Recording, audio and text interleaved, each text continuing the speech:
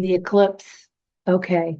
So everyone is kind of worried about the eclipse. Now, there could be a number of reasons for that because there's some other stuff going on. I want to just relay to you some things. Number one, things are going to be happening as they always have in this realm that we call Earth. We live in this reality. The eclipse is actually here as a part of key and unlocking system in the human design. You can see this. This is also known by, I think, many geologists. It is not a new thing. About every 415, 16 years or so, there's a shift. And we are moving into that shift. We have been, because it happens in 2027. And this is from Jovian Archives, and you can find it online and check it out for yourself. This is probably what I would call ancient knowledge discovered by more than one person, but Ra Uru did bring this to light for many people. It's the global consciousness. Eclipses don't necessarily mean the end of time. Often they can be the ending of one thing and the opening of the next, because we still have to go around this, the G center, which is at the center. It's like a yellow diamond in your human design chart. There are a set of locks and keys. It's like opening a vault.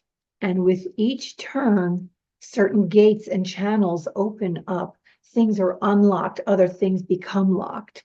And this is a sequence that must happen. We can't stop it. You can't change it. So instead of fighting this thing that's happening, instead of trying like the Dickens to change it, that's actually keeping you distracted away from your infinite beingness. So if you're going to be a part of the eclipse in some way, some people actually put into practice that when everything is eclipsing, that is the time to free yourself, to let go. So you may want to be letting go of things, right? I could get into doing different ceremonies, but that stuff has dropped away from me a lot because I'd rather just be with what is here now. When you're with whatever is here, the thoughts drop away. The fear, the feelings, the past, the future starts dropping away. So could I do it? Yes, I spent years doing shamanistic work. Nothing that I learned from anyone. It was just all downloaded into me. But what I do now is something very different. If you're scared and fearful, that's what you're projecting out there. So if this is a sequence that is starting to close certain things off and open you to the new is what is in your field that you're projecting. Now, you don't know what's in your field if you're in fear, if you're in worry, anxiousness, if you're trying really hard to fix something or change it. You won't know what's in your field except for those feelings. And the feelings are one of the main ways to start recognizing what is in your field. So you may have a typical way of dealing with things. You may get anxious about something. You may fly off the handle and get really angry about stuff. You might have a lot of grief and fear. So that's what your bubble is around you. You're projecting that, and that's what you're seeing. That's the field you're focusing to. And when you focus to this field, that's what you're throwing all around you. And that's the frequency you hold. So maybe more harmonious, but whatever is going on there, as the eclipse shifts, as all of these eclipses and different things happen, the result is you will get what you are focusing to over time, whether it's in little bits at a time or whether it's right now.